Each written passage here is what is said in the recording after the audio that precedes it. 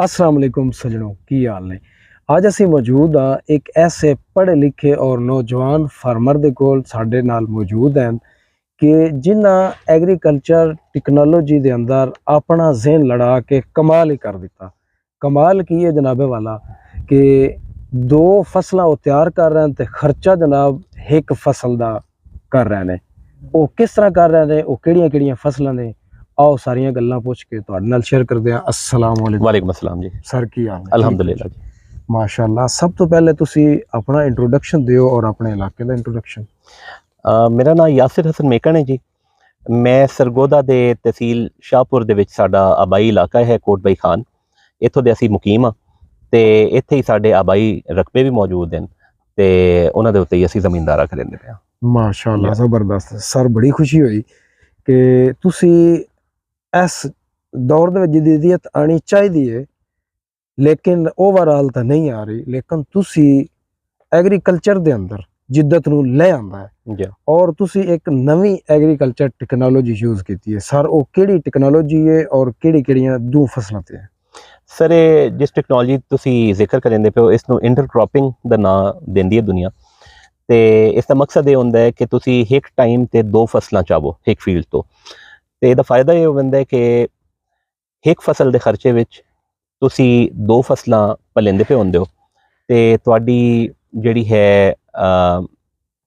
तुहाडे खर्च दी बचत होंदी है ते तुहाडा जिहड़ा है उसकी औसत फसल दी या जिहड़ी आमदन होंदी है वो डबल हो जाती है। माशाअल्लाह। लो जी सजनों गल हो आ गई कि खर्चा जिहड़ा है एक फसल दा ते प्रोडक्शन जिहड़ी तुसी लै रहे हो वो दो फसलां दी लै रहे हो। बिल्कुल इसी तरह ही है। बिल्कुल इसी तरह। सारे किहड़ियां दो फसलां ने? सर गन्ना ते गंदम। माशाअल्लाह ज़बरदस्त है। जरा तरीका तो दस दिओ की तरीका है? सर इस तरह है कि पाकिस्तान दे विच ना गन्ने दी काश्त जिहड़ी है वो दो तरीके नाल कीती जांदी है। एक फरवरी काश्त होंदा है, एक सितंबर काश्त होंदा है। ते असां सितंबर काश्त गन्ना लाया। सितंबर काश्त गन्ना असां तकरीबन सितंबर दे अखीर विच लाया या अक्तूबर दे शुरू दे विच लाया। ठीक है जी। ਉਹਦਾ ਜਿਹੜਾ ਜ਼ਾਹਿਰ ਗੰਨਾ ਤੁਸੀਂ ਲਾਉਣ ਦੇ ਬਾਅਦ ਉਹਨੂੰ ਪਾਣੀ ਫੌਰਨ ਦਿੰਦੇ ਹੋ। ਜਿਹੜਾ ਪਹਿਲਾ ਪਾਣੀ ਦਾ ਵੱਤਰ ਆਇਆ ਉਸੇ ਵੱਤਰ ਦੇ ਉੱਤੇ ਅਸਾਂ ਜ਼ੀਰੋ ਦੀ ਡਰਿਲ ਲਈ ਤੇ ਜ਼ੀਰੋ ਦੀ ਡਰਿਲ ਦੇ ਥਰੂ ਅਸਾਂ ਕਣਕ ਦੀ ਕਾਸ਼ਤ ਕਰ ਛੋੜੀ। ਠੀਕ ਹੈ ਤੇ ਮਤਲਬ ਇਸ ਤਰ੍ਹਾਂ ਤੇ ਮਾਸ਼ਾਅੱਲਾ ਹੁਣ ਸਾਡੀ ਗੰਦਮ ਦੀ ਫਸਲ ਵੀ ਬਹੁਤ ਅੱਛੀ ਹੈ ਤੇ ਸਾਡਾ ਗੰਨਾ ਵੀ ਬਹੁਤ ਅੱਛਾ ਤਕਰੀਬਨ 1.5 ਤੋਂ 2 ਫੁੱਟ ਦਾ ਗੰਨਾ ਸਾਡਾ ਖੜਾ ਹੈ ਤੇ ਗੰਦਮ ਦੀ ਫਸਲ ਤਾਂ ਸਾਡੀ ਇਨਸ਼ਾਅੱਲਾ 2 ਤੋਂ 3 ਦਿਨ ਦੇ ਵਿੱਚ ਈਦ ਦੇ ਫੌਰਨ ਬਾਅਦ ਉਸ ਦੀ ਹਾਰਵੈਸਟਿੰਗ ਸ਼ੁਰੂ ਹੋ ਜਾਸੀ। ਮਾਸ਼ਾਅੱਲਾ ਜ਼ਬਰਦਸਤ ਹੈ। ਅੱਛਾ ਡਰਿਲ ਜਿਹੜੀ ਜ਼ੀਰੋ ਦੀ ਕਹਿ ਰਹੇ ਹੋ कि जिथे गन्ना जा रहा सी गन्ने वाली लाइन सी वो तो फिर जीरो दी ड्रिल बंद कीती सी की कीता सी? सर असा कीता है कि क्योंकि इस गन्ने दे विच गंदम काश्त करन वास्ते कोई रेडिली अवेलेबल मशीन मौजूद कोई नहीं इत्थे, एटलीस्ट सन नहीं मिली पाकिस्तान दे विच। असा ये कीता कि जिहड़ी स्टैंडर्ड किस्म दी जीरो दी ड्रिल होंदी है वो असा गन्ने दे प्लॉट दे विच रख के खड़ी करके ज़ाहिर तुहानूं पता होंदा गन्ना कित्थे कित्थे जम्मे होया है। ठीक है उत्थे खड़ी करके असां पोठियां दे उत्ते जिहड़ी नालियां वैंदियां पियां त्रै वो छोड़ दित्तियां ते जिहड़ी गन्ने दे ओड़े दे उत्ते नाली आई वो वाली नाली असां खोल छोड़ी। ठीक है तो उसका फायदा ये होया कि एक राउंड दे विच एक चक्कर दे विच तकरीबन 3 पोठे ते 9 नालियां गंदम ड्रिल हो जांदी है।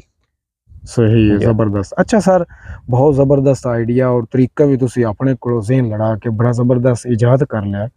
ए फरमाओ कि हुण दो फसलां हैं, मैनूं तां इंज लगदा है कि फसलां तुसी दो पालणियां ने ते खुराक तुसी एक फसल दी दे रहे हो।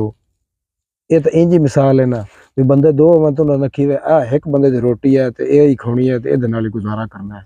इंज ही गल है या तुसी दो फसलां नूं दो फसलां दे बराबर खुराक दे रहे हो? देखो जी दो थोड़ा जिहा फर्क है इस दे विच। इस तरह है कि गंदम जदों काश्त होंदी ना गंदम दी बढ़ोतरी दा टाइम होंदा है तकरीबन दिसंबर तो लैके मार्च तक। ठीक है लेकिन ये वही पीरियड होंदा है जिस दे विच गन्ना ठंड की वजह तो ज़्यादा ग्रोथ नहीं करता पिया होंदा। गन्ने की ग्रोथ शुरू होंदी है तकरीबन मार्च तो लैके अगे सितंबर तक। ठीक है जी। तो तुसी गंदम काश्त करने के बाद सिर्फ वही फर्टिलाइजेशन ते पानी का प्लान रखो जिहड़ा कि गंदम नूं चाहीदा है। ठीक है तो पहले 3-4 महीने उस दे विच उस तो ऑटोमैटिकली गन्ना भी मुस्तफीद हो वैसी। ठीक हो गया। मतलब ये है कि ऐसी खुराक असल दे जिहड़ा फोकस है साडा वो गंदम दी खुराक है गंदम दी, लेकिन उहदे नाल मुस्तफीद गन्ना भी हो रहा, गन्ना भी मुस्तफीद हो रहा क्योंकि देखो वैसे भी उन्हां 3 महीने विच सर्दियां दे 3-4 महीनों विच गन्ने ज़्यादा बढ़ोतरी करनी नहीं होती, ठीक है। लेकिन ये ज़रूर होंदा है कि अगर गन्ना खाली प्लॉट च 3-4 महीने लगे हुए है तो वो कक्कर की वजह तो ठंड की वजह तो वो गन्ना खराब हो वैसी झुलसी वैसी हो तो। लेकिन अगर वो गंदम के अंदर काश्त होए हुए है तो गंदम उसनू सर्दी तो भी बचाती है तो हैस मौसम के विच आके विसाख के विच कटाई तो पहले धुप तो भी बचाती है। तो हर लिहाज नाल ये इंटरक्रॉपिंग जी है ना, ये दोवें फसलां एक दूए नूं फायदा दे जांदियां ने ते खास तौर पर गंदम गन्ने नूं फायदा दे जाती है। तो गंदम की खुराक जी है क्योंकि 3 पानी भी 3 ਤੋਂ 4 लगते हैं, उसके अलावा यूरियाज भी आते हैं, जिंक की डोज भी आती है, स्प्रेज भी आते हैं, तो उस सारी डोज का गन्ने नूं भी फायदा हो जाता है।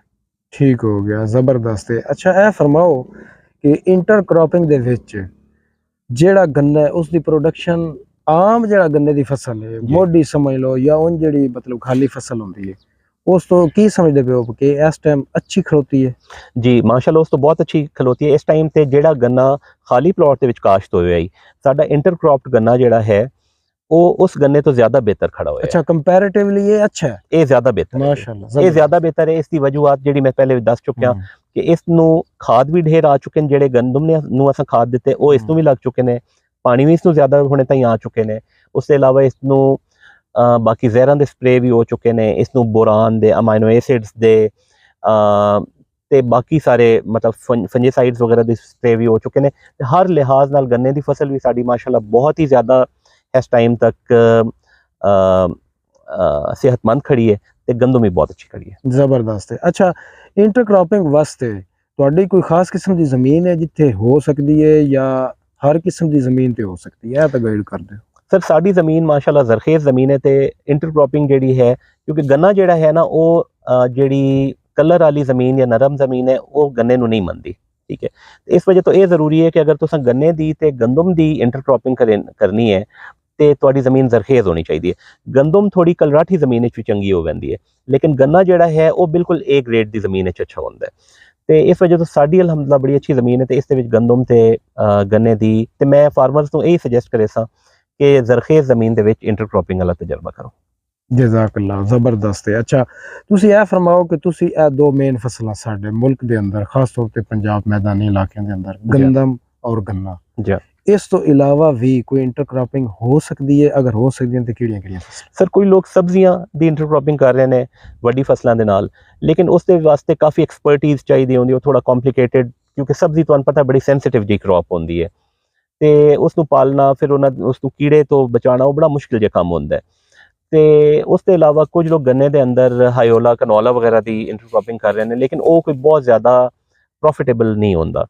गंदम एक इस तरह की चीज़ है जिसकी पाकिस्तान की ज़रूरत भी बहुत ज़्यादा है, फिर इसकी कटाई होती है तो लोगों को रोज़गार भी मुहैया हो जाता है। उसके अलावा वैसे भी एक इस तरह की चीज़ है कि तुहाडी डेली की ज़रूरत की चीज़ है आटा, तो मेरा ख्याल है सन फार्मर्स को सिर्फ अपना फायदा नहीं वेखना चाहिए, सन ये भी वेखना चाहिए कि ओवरऑल असी मुल्क के विच भी ग़िज़ा नूं पैदा करने में किस तरह कंट्रीब्यूट करेंदे पे। बजाय इससे पाकिस्तान हुणे भी देखो 3-4 महीने पहले काफ़ी सारी गंदम पाकिस्तान इंपोर्ट करनी पई है इन्हों, ठीक है। तो मतलब बजाय से साडा एग्रीकल्चरल मुल्क है तो ज़रात वाले मुल्क नूं बाहरों फसल मंगानी चाहिए, मंगानी पवे तो मेरे ख्याल है ये इंतहाई शर्मिंदगी का मकाम है। तो सन आपे सेल्फ सफिशेंट होना चाहिए, अपनी आपे उगाना चाहिए, आपे खाना चाहिए साडे मुल्क में। बिल्कुल जी, क्यों नहीं। ज़रात जिहड़ी है वो साडे मुल्क पाकिस्तान वास्ते रीढ़ दी हड्डी दी हैसियत रखती है और सिर्फ तुसी ही नहीं बल्कि हर फार्मर नूं चाहिए है कि वो अपने लैवल ते आके इंटरक्रॉपिंग करे। ਉਹਦੇ ਵਿੱਚ आ के उसका जिहड़ा खर्चा है वो एक फसल का खर्चा होएगा तो प्रोडक्शन हो जनाब दो फसलों दी लै रहे देखो ना जी, बाकी सारे मुल्क ब्राज़ील है, ऑस्ट्रेलिया है, इंग्लैंड है, होर बहुत सारे मुल्क हैं वो इस तरह की जदीद टैक्नोलॉजीज़ यूज़ करके या जदीद तरीक़े यूज़ करके बहुत कुछ कमा रहे हैं तो उन्होंने यील्ड साथों बहुत बेहतर है। अगर वो कर सकते हैं तो असी क्यों ना कर सकते। बिल्कुल जी, देखो ना ये हुण अगर तुसी इंटरक्रॉपिंग कीती है तो वास्ते तुहानू तो कोई नहीं भी कोई एक्स्ट्रा अखराजात करने कुछ भी नहीं, कोई ऐसा मसला कुछ भी नहीं जी। हाँ, तुसी देखो ज़मीन की तैयारी वही जिहड़ी कमाद वास्ते की थी गंदम वास्ते भी वही इस्तेमाल हो गई, पानी वही कमाद नूं लगे गंदम नूं भी वही लग गए, खाद वही कमाद नूं भी आया गंदम नूं भी वही आ गया। हुण इस टाइम ते गंदम पक के तैयार है, गंदम की कटाई हो वैसी ते गन्ने नूं अगे यानी कि अप्रैल ऑनवर्ड सितंबर तक अगले 4-5 महीने सन गंदम नूं गन्ने नूं पालना पौना है। ਠੀਕ ਹੈ। ਹੁਣ ਤਾਈਂ ਗੰਨਾ ਸਾਡਾ ਤਕਰੀਬਨ ਫ੍ਰੀ ਵਿੱਚ ਪਲ ਗਿਆ। जबरदस्त है। अच्छा सर, कितने एकड़ ते लगी हुई, कितना एरिया? ਸਰ ਗੰਦਮ ਅਸਾਂ ਤਕਰੀਬਨ 100 ਏਕੜ ਕਾਸ਼ਤ ਕੀਤੀ ਹੋਈ ਹੈ, ਲੇਕਿਨ ਉਸ ਦੇ ਵਿੱਚੋਂ ਅਸਾਂ ਇੰਟਰਕ੍ਰॉपिंग ਵਾਲਾ ਤਜਰਬਾ ਜਿਹੜਾ 25 ਏਕੜ ਤੇ ਕੀਤਾ ਹੈ। ਸਹੀ ਹੈ। ਹੁਣ ਕੁਝ ਸਾਡੇ ਦੋਸਤ ਭਰਾ ਜਿਹੜੇ ਨੇ ਨਾ ਕਿਸਾਨ ਭਰਾ, ਉਹ ਇਹ ਸੋਚਦੇ ਪਏ ਨੇ ਵੀ ਇਹਨਾਂ ਹੁਣ ਵੱਢਣੀ ਕਿਵੇਂ, ਸਰ ਉਹ ਵੀ ਤਰੀਕਾ ਦੱਸ ਦਿਓ ਸਰ, ਕਮਾਦ ਦੇ ਵਿੱਚੋਂ ਕਿਵੇਂ ਵੱਢਣੀ। ਵੇਖੋ ਵੱਢਣ ਦੇ ਦੋ ਤਰੀਕੇ ਹੋ ਸਕਦੇ ਨੇ। ਇੱਕ ਇਹ ਹੋ ਸਕਦਾ ਕਿ ਤੁਸੀਂ ਹਾਰਵੈਸਟਰ ਦੇ ਥਰੂ ਵਢਾ ਲਓ। ਹਾਰਵੈਸਟਰ ਦੇ ਥਰੂ ਅਗਰ ਵਢਵਾਉਣੀ ਹੈ ਗੰਦਮ ਤੇ ਵੱਧ ਉਸ ਦਾ ਇਹ ਹੋ ਸੀ ਕਿ ਜ਼ਾਹਿਰ ਹੈ ਉਸ ਦੇ ਨਾਲ ਗੰਨਾ ਤੁਹਾਡਾ ਥੋੜਾ ਡੈਮੇਜ ਹੋ ਸੀ। ਗੰਨਾ ਡੈਮੇਜ ਅਗਰ ਹੁੰਦਾ ਹੈ ਤੇ ਉਸ ਨੂੰ ਫਿਰ ਤੁਹਾਨੂੰ ਫੌਰੀ ਤੌਰ ਤੇ ਪਾਣੀ ਲਾ ਕੇ ਉਸ ਨੂੰ ਖਾਦ ਤੇ ਜਿਹੜੇ ਕੀੜੇ ਮਾਰ ਦਵਾਵਾਂ ਨੇ ਉਹ ਫਲੱਡ ਕਰਨੀਆਂ ਚਾਹੀਦੀਆਂ। ਠੀਕ ਹੈ। ਦੂਸਰਾ ਤਰੀਕਾ ਜ਼ਿਆਦਾ ਸੇਫ ਤਰੀਕਾ ਇਹ ਹੈ ਕਿ ਤੁਸੀਂ ਬੰਦਿਆਂ ਦੇ ਥਰੂ ਵਢਾਈ ਕਰਾਓ। ਠੀਕ ਹੈ। ਤੇ ਅਸਾਂ ਹੀ ਪਲਾਨ ਕੀਤਾ ਹੈ ਕਿ ਅਸਾਂ ਲੇਬਰਸ ਬਣਾਈ ਹੋਏ ਨੇ ਤੇ ਉਹ ਸਾਡੀ ਗੰਨੇ ਨੂੰ ਬਚਾ ਕੇ ਗੰਦਮ ਦੀ ਵਢਾਈ ਕਰ ਲੈ ਸਨ। ਸਭ ਤੋਂ ਬਿਹਤਰੀਨ ਤਰੀਕਾ ਜੀ ਉਹਦੇ ਵਿੱਚ ਇਹ ਹੈ ਕਿ ਕੁਝ ਮਜ਼ਦੂਰ ਜਿਹੜੇ ਨੇ ਉਹਨਾਂ ਨੂੰ ਤੁਸੀਂ ਰੋਜ਼ਗਾਰ ਵੀ ਫਰਾਹਮ ਕਰ ਰਹੇ ਹੋ, ਫਾਇਦਾ, ਔਰ ਉਸ ਤੋਂ ਬਾਅਦ ਤੁਹਾਡੀ ਤੂੜੀ ਜਿਹੜੀ ਹੈ ਉਹ ਵੀ ਬਣ ਜਾਏਗੀ। ਇੱਕ ਏਕੜ ਦੀ ਉਹ ਵੀ ਬੜੀ ਮਹਿੰਗੀ ਵਿਕਦੀ ਹੈ ਜਾਂ ਡੰਗਰਾਂ ਦੇ ਕੰਮ ਚ ਆ ਜਾਂਦੀ। ਉਸ ਦੇ ਵਿੱਚ ਈਵਨ ਤੁਹਾਡਾ ਉਹ ਜਿਹੜਾ ਹਾਰਵੈਸਟਰ ਵਾਲਾ ਐਕਸਪੈਂਸ ਹੈ ਨਾ ਉਹ ਵੀ ਬਚਤ ਹੋ ਜਾਂਦੀ ਹੈ, ਕਿਉਂਕਿ ਤੂੜੀ ਤਕਰੀਬਨ ਉਤਨੇ ਦੀ ਵਿਕ ਪੈਂਦੀ ਹੈ ਜਿੰਨਾ ਤੁਹਾਡਾ ਗੰਦਮ ਦੀ ਸਾਰੀ ਕਟਾਈ ਦੇ ਉੱਤੇ ਖਰਚਾ ਹੋਏਗਾ। ਜੀ ਜੀ ਬਿਲਕੁਲ ਸਰ, ਤੁਹਾਡਾ ਆਈਡੀਆ ਬਹੁਤ ਹੀ ਜ਼ਬਰਦਸਤ ਸੀ। ਔਰ ਮੈਂ ਜਦੋਂ ਮੈਨੂੰ ਪਤਾ ਲੱਗਾ ਕਿ ਇਹ ਆਈਡੀਆ, ਔਰ ਫਿਰ ਮੈਂ ਆਖਿਆ ਵੀ ਇਹ ਤਾਂ ਲਾਜ਼ਮੀ ਸ਼ੇਅਰ ਕਰੀਏ ਆਪਣੇ ਫਾਰਮਰਸ ਦੇ ਨਾਲ। ਸਰ ਤੁਸੀਂ ਬੜਾ ਅੱਛਾ ਗਾਈਡ ਕੀਤਾ ਔਰ ਆਪਣਾ ਆਈਡੀਆ ਸ਼ੇਅਰ ਕੀਤਾ, ਔਰ ਇਹ ਤੁਹਾਡਾ ਇੱਕ ਸਦਕਾ ਜਾਰੀਆ ਹੋਏਗਾ। ਬਹੁਤ ਸ਼ੁਕਰੀਆ ਸਰ, ਜਜ਼ਾਕ ਅੱਲਾ, ਬਹੁਤ ਥੈਂਕ ਯੂ ਵੈਰੀ ਮਚ।